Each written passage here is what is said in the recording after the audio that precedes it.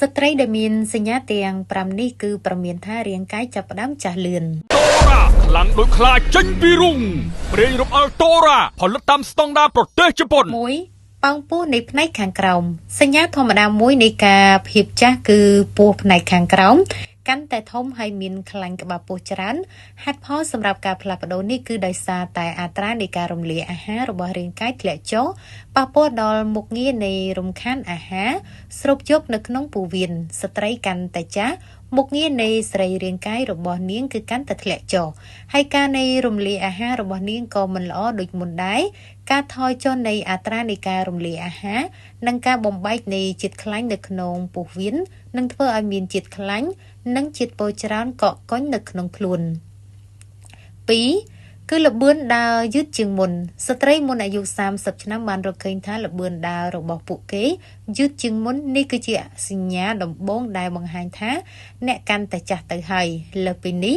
វាក៏មាននៃរោគសញ្ញាដូចជាហត់ពេលឡើងជណ្ដើរកម្លាំងដៃទន់ខ្សោយបែកញើសញឹកញាប់សញ្ញាទាំងនេះត្រូវយកចិត្តទុកដាក់រក្សានៅសុខភាព3ឈឺជង្គង់អាយុកាន់តែច្រើនឆ្អឹងរបស់អ្នកគឺកាន់តែចាស់ហើយបរិមាណនៃកាល់ស្យូមដែលបាត់បង់កាន់តែធ្ងន់ធ្ងរស្ត្រីងាយនឹងកើតនៃជំងឺឆ្អឹងនិងសន្លាក់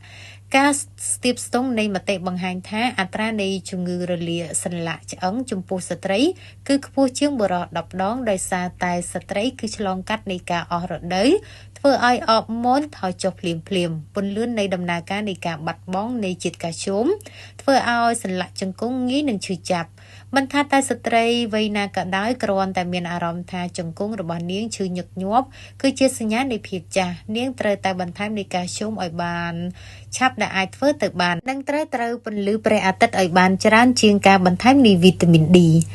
4មករដូវមិនទៀងទាត់ចំពោះស្ត្រីដែលរដូវមកមិនទៀងទាត់គឺជាសញ្ញានៃភាពចាស់គឺបណ្ដាលឲ្យតុល្យភាពនៃកម្រិតអរម៉ូនអ៊ីដ្រូសែនធ្វើឲ្យឡើងទម្ងន់បាត់បង់នៃសាច់ដុំគេងមិនលក់ធ្វើឲ្យរាងកាយចាស់ជរានិងរំខានដល់វដ្តរដូវជាមួយគ្នានេះភាពចាស់ក៏ជាមូលដ្ឋានដែលស្ត្រីងាយនឹងកើតនៃជំងឺបេះដូងជំងឺពុកឆ្អឹងនិងជំងឺទឹកនោមផ្អែម5គូតជាធ្លាក់ដើម្បីប្រឆាំងនឹងភាពចាស់ស្ត្រីពិតជាត្រូវការនៃ collagen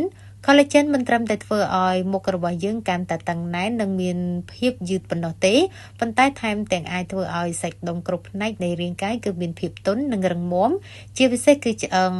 ខ្ចីគូតគឺជាផ្នែកមួយដែលផ្លាស់ប្ដូរយ៉ាងច្បាស់ទៅតាមអាយុរបស់រាងកាយនៅពេលដែលគូតមានទំនោរធ្លាក់ប្ដូរទំហំតូចជាងមុនឬក៏យាលឿនប្រសិនបើមិនមាននៃវិធានការណាមួយដើម្បីកែលម្អវាទាន់ពេល